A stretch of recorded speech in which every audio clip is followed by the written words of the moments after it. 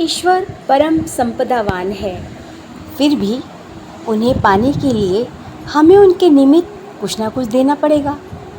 जिस प्रकार व्यवहार में परस्पर एक दूसरे को वस्तु दी जाती है, वो वस्तु दी जाती है जो उसके पास ना हो। जो वस्तु उसके पास पहले से ही मौजूद है, उस वस्तु को देने का भला क्या प्रयोजन।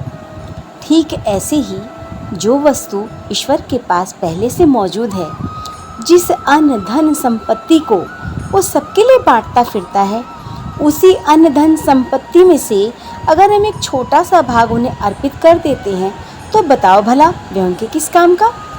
शास्त्रों का मत है कि ईश्वर के पास सब कुछ और सब चीज़ों का भंडार भरा पड़ा है सिवाय अहंकार के, और मनुष्य के पास सिवाय अहंकार के और कुछ है ही नहीं। स्मरण रहे, अगर ईश्वर को अगर कुछ देना है तो उसे अपने अहंकार को उसके चरणों में समर्पण कर देना है। पर क्या हम अपने अहंकार को दे पाते हैं? हम तो जब हमें संपदा मिलती है, धन मिलता है, तो हम और ज़्यादा अपने आप को गौरवान्वित महसूस करते हैं, और जिनके पास नहीं है उनको नीचा दिखाने की कोशिश करते हैं, उनसे घृणा करते हैं। उनके पास खड़े होना हमें लगता है कि हमारी तौहीन हो रही है। यहाँ तक करते हैं कि अगर हमारे घर कोई धन संपदावान व्यक्ति आ जाता है और उससे कोई कमतर आ जाता है, तो हम उसी के सामने उस धनवान व्यक्ति का बड़ा आदर करते हैं, और जो कम पैसे वाला है उसे देखना भी पसंद नहीं करते, बल्कि यह कोशिश करते हैं कि हमारा इससे कुछ लेना देना नहीं है, ये तो आ गया है इसलिए हमने इसको बैठने के लिए कह दिया है, पड़ोस में रहता है बस ऐसे ही आ गया। और जो व्यक्ति अपने वैभव का आपको प्रदर्शन कर रहा है, कभी आप उसके हार को देखते हैं, कभी उसके गहनों को देखते हैं, कभी उसके रुतबे को देखते हैं, और कभी उसके पहनावे को देखते हैं, और बड़े गौरवान्वित महसूस करते हैं कि वह आपका दोस्त है या वह आपका रिश्तेदार है। तो क्या वह आपको वह सब चीज़ें दे रहा है? नहीं ना। या तो वह आपकी कुछ मदद कर रहा हो। कहते हैं जो व्यक्ति अपना समय आपके लिए खर्च कर रहा है, आपके पास आ रहा है, आपसे बातचीत कर रहा है, आपके सुख दुख का भागीदार है, तो वह व्यक्ति उस धनवान से बढ़कर होगा। यदि आप उसकी कदर नहीं करते हैं तो जीवन में फिर दुखों का ही सामना करना पड़ता है। कहा भी गया है कि जो भी कुछ आप बोते हैं वही आपको काटना पड़ता है। सबसे बड़ी पूजा अपने कर्म की सुजागी है। ऐसे ही आपको कथा सुनाती हूँ। एक मछुआरा अपनी जाल में मछली को पकड़ रहा था। किस्मत से उसके जाल में एक बहुत बेशकीमती मछली फंसी। वह बड़ा खुश हुआ और उसने भगवान को धन्यवाद किया, हे प्रभु, तूने मेरे सारे दुख हर ली। इस मछली की कीमत तो बहुत ज़्यादा है, मैं इसे किसी धनवान को बेचूंगा और उससे मुझे बहुत सारा धन मिलेगा। मैं उस धन से अपने बच्चों का जीवन संवारूंगा और जिस किसी का भी मैंने रुपया पैसा लिया है वह चुका दूंगा, और प्रभु आपके नाम का भी थोड़ा अंश निकालूंगा। आपने ही कहा है कि जो भी कमाई होती है उसका एक अंश अवश्य निकालना चाहिए। और ऐसी ही सोच को रखता हुआ वह बड़ा भगवान का गुणगान करता हुआ, धन्यवाद करता हुआ, अपने प्रभु से बात करता हुआ चला जा रहा था। रास्ते में एक बड़ा ही बलवान व्यक्ति उसको मिल गया। उस बलवान व्यक्ति की नज़र उस मछली पर पड़ गई। उसने देखा, अरे ये तो बड़ी बेशकीमती मछली ले जा रहा है, मैं इस मछली को इससे लेकर राजा को दे दूंगा। और यही सोचकर उसने कहा कि ऐसा है, ये मछली तेरे किसी काम की नहीं है, तू मुझे इस मछली को दे दे, मैं थोड़ा बहुत धन तुझे दे दूंगा। तब वह मछुआरा बोला, भैया मैंने इसको बड़ी मेहनत से पकड़ा है, तुम इसे छोड़ दो, क्योंकि मैंने इसमें बहुत सारी उम्मीदें लगा रखी। बलवान को बड़ा गुस्सा आया, अच्छा तुम मेरे सामने बात करते हो, तुम्हारी औकात क्या है खड़े होने की? ना तुम धनवान हो ना तुम बलवान हो, तुम तो बहुत ही गिरे हुए इंसान हो।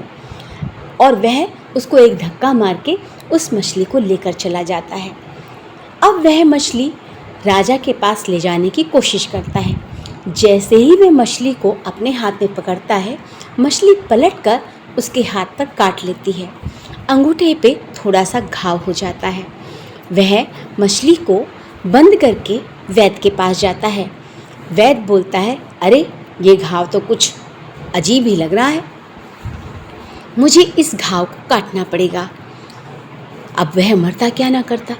उसने कहा, ठीक है, आप थोड़ा सा घाव काट दीजिए और पट्टी कर दीजिए। वैद्य ने थोड़ा सा घाव काट के पट्टी कर दी।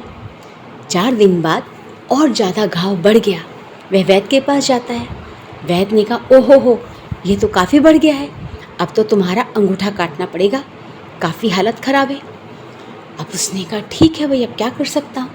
अब उसने अंगूठा कटवा लिया और उसने देखा कि दर्द तो बढ़ता ही जा रहा है। 6 दिन बाद वह फिर पहुँचा। वैद्य जी ने कहा, ओहो, ये तो हथेली काटनी पड़ेगी भैया, ये तो बहुत ज़्यादा फैल रहा है, और अगर हथेली ना कटवाई तो पूरी बाजू काटनी पड़ सकती है। वह परेशान हो गया कि अभी थोड़ा सा घाव कटवाया था, फिर अंगूठा कटवाया, आज ही हथेली काटने की बात कर रहा है, कल को बाजू काटने की बात करेगा। तो वह दुखी हो गया। वैद्य ने कहा, एक बात सुनो, ऐसा घाव तो मैंने भी आज तक नहीं देखा, बड़े से बड़े घाव भरे हैं मैंने भी। पहले एक बात बताओ, तुमने कुछ ऐसी गलती तो नहीं की जिसका प्रायश्चित करना मुश्किल हो रहा? वह सोच में बैठ गया कि मैंने तो अब तक गलतियां ही गलतियां की हैं। वैद्य जी से कहा उसने कि मैंने तो अपने जीवन में सिर्फ गलतियां ही की हैं, लोगों का अपमान किया है, उनको धन से या उनके बल से उनको आका है। कमज़ोरों पे तो मैंने हमेशा राज किया है, कमज़ोरों का तिरस्कार किया है। अब वैद्य कहने लगे, देखो जो तुमने किया सो किया, अभी फ़िलहाल में कुछ ऐसा किया हो। तभी उसे याद आया कि अरे वो मछली तो राजा के यहाँ पहुँचानी थी, वो मछली ही ने काटा था मुझे। उसने पूरी बात बताई, कैसे हो। कहने लगे, अरे भाई ऐसा करो, उस मछुआरे को ढूंढो जाकर सबसे पहले, और उस मछुआरे के पैरों में गिरकर माफ़ी मांगो। अब बलवान कहने लगा कि अगर मेरी माफ़ी मांगने से मेरा घाव ठीक हो रहा है तो उसमें बुराई ही क्या है, और यह सोचकर वह उस मछुआरे की तलाश में चल पड़ा। पूरा दिन घूमने के बाद तब उसे वो मछुआरा दिखाई दिया। वह मछुआरे के पास गया और सीधा पैरों में पड़ गया, भैया मुझे माफ़ कर दो। तब उसने देखा कौन है जो मुझसे माफ़ी मांग रहा है। अरे आपने तो, हाँ, मैं अपनी गलती की माफ़ी मांगने आया हूँ, और मैं तुम्हारे पैरों में पड़कर माफ़ी मांगता हूँ।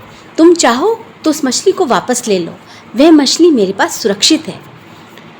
मछुआरे ने बड़े ध्यान से देखा कि ऐसा क्या हुआ। तभी उसकी नज़र उसके घाव पर पड़ी। ये क्या हुआ? अरे मैंने जिस दिन तुम्हारे से मछली छीनी, उसी समय मेरे को मछली ने काट खाया, और ये घाव ठीक ही नहीं हो रहा है। मुझे वैद्य ने बोला कि तुमसे माफ़ी मांगो। तब मछुआरे ने कहा, आज तो तुम मुझसे माफ़ी मांग रहे हो, लेकिन कल को तुम फिर किसी मछुआरे को या किसी असहाय व्यक्ति को दुखी करोगे। अगर तुम इस मछली को वापस ही करना चाहते हो और मुझसे माफ़ी मांगना चाहते हो, तो आज तुम एक वादा भी करना होगा। अगर तुम किसी असहाय की मदद ना कर सको तो कोई बात नहीं, लेकिन किसी असहाय को तुम जाके परेशान भी मत करना, और ये छीना झपटी का कार्य छोड़ दो, मेहनत करके खाओ। यह सब बातें उस बलवान को सुनाई पड़ रही थी, लेकिन वह आज मन से सुन रहा था। वह सोचने लगा कि वाकई में यह सत्य कह रहा है, मुझे मेहनत करके खाना चाहिए। उसने उसी समय प्रण किया कि मैं आज के बाद मेहनत से करके खाऊंगा। लेकिन मैं आपसे एक गुड़ की बात पूछना चाहता हूँ। मैंने अब तक इतनों का बुरा किया, इतनों के साथ मैंने बदतमीजी की, इतनों को सताया, परंतु मेरे पाप का कभी मुझ तक पहुँचा नहीं असर। और तुम तो कोई पूजा पाठ भी नहीं करते, कोई मंदिर भी नहीं जाते, तो तुमने ऐसा क्या किया, क्या मंत्र मारा कि जो मेरी ऐसी हालत हो गई? तो उसने कहा, नहीं, मैं कोई मंत्र और यंत्र नहीं जानता। मैं जो भी कार्य करता हूँ उस प्रभु को समर्पित कर देता हूँ। मैं उस प्रभु से कहता हूँ कि प्रभु, आपने मुझे अपनी जीविका चलाने के लिए इस कार्य में नियुक्त किया है। आप जाने और आपका कार्य, लेकिन आपने मुझे जिस कार्य में नियुक्त किया है मैं उसी बड़ी श्रद्धा और बड़े मन से उस कार्य को करता हूँ। आप मेरे इस कार्य में आप भागीदार रहिए और हमेशा मेरे पर अपनी कृपा बनाए रखिए। और मैंने कभी उनसे आज तक यह भी शिकायत नहीं की कि आपने मुझे गरीबी दी या मेरे पास एक समय खाना खाने का वो है। मैं जितना भी मेरे को कमाई होती है मैं उसमें से थोड़ा सा ज़रूर किसी न किसी को दान करता हूँ जो कि ज़रूरतमंद हो। जैसा कि कहा भी गया है कि औषधि हमेशा जो बीमार होता है उसको दी जाती है, किसी अच्छे भले आदमी को तो औषधि दी नहीं जाती। हम अपने दान को जब करते हैं तो यह नहीं देखते कि दान किसे दिया जा रहा है या ये किस प्रयोजन के लिए जा रहा है। तो दान देते समय भी हमें सुजागी रखनी पड़ती है। मैं जब मछलियाँ बेचता हूँ तो मैं उस समय भी यह कहता हूँ, प्रभु आपने मुझे इस कार्य में नियुक्त किया है, आप जानिए, मैं इस कार्य में लिप्त नहीं हूँ, मैं सिर्फ आपकी आज्ञा का पालन कर रहा हूँ। तो तभी जब तुमने मेरे साथ ऐसा किया तो मैं बहुत सारी योजनाएं बना रहा था, भगवान से यह कह रहा था कि भगवान मैं इसमें से ज़्यादा अंश निकालूंगा, अपने बच्चों को पढ़ाऊंगा। और तब मैंने उनसे एक ही बात कही, क्योंकि मैं उस समय ज़रूरत में था कि हे प्रभु, इस व्यक्ति ने मुझे अपनी ताकत दिखाई है, कृपया आज आप इसे अपनी ताकत दिखाना। जैसे ही बलवान ने ये बात सुनी तो वह चौंक गया कि प्रभु की ताकत के आगे ना धनवान ना बलवान कोई नहीं टिक सकता। एक सद्बुद्धि या सद्विचार वाला व्यक्ति ही ऐसी बात कर सकता है। वह उनके चरण छूकर माफ़ी मांगने लगा और बोला, आज से मैं प्रण करता हूँ कि मैं भी अच्छे कार्य करूँगा और हमेशा, चाहे छोटा है चाहे बड़ा है, चाहे बलवान है चाहे धनवान है, चाहे कोई असहाय है, सबका ही आदर करूँगा। जैसे कि कहा गया है, अपने कर्म की सज़ा तो हमें भुगतनी पड़ती है। बस कोई पूजा पाठ करे या ना करे, मंदिर जाए या ना जाए, मंत्र पढ़े ना पढ़े, पर किसी का दिल ना दुखाएं। किसी के चेहरे पर मुस्कान अगर आप ले आए, आपने किसी को हंसी के 2 पल दे दिए, तो समझ लीजिए आपके सारे पाप वहीं कट गए। लेकिन आपकी वजह से किसी की आंखों में आंसू आ गए तो वह उस परमात्मा को भी मंजूर ना होगा।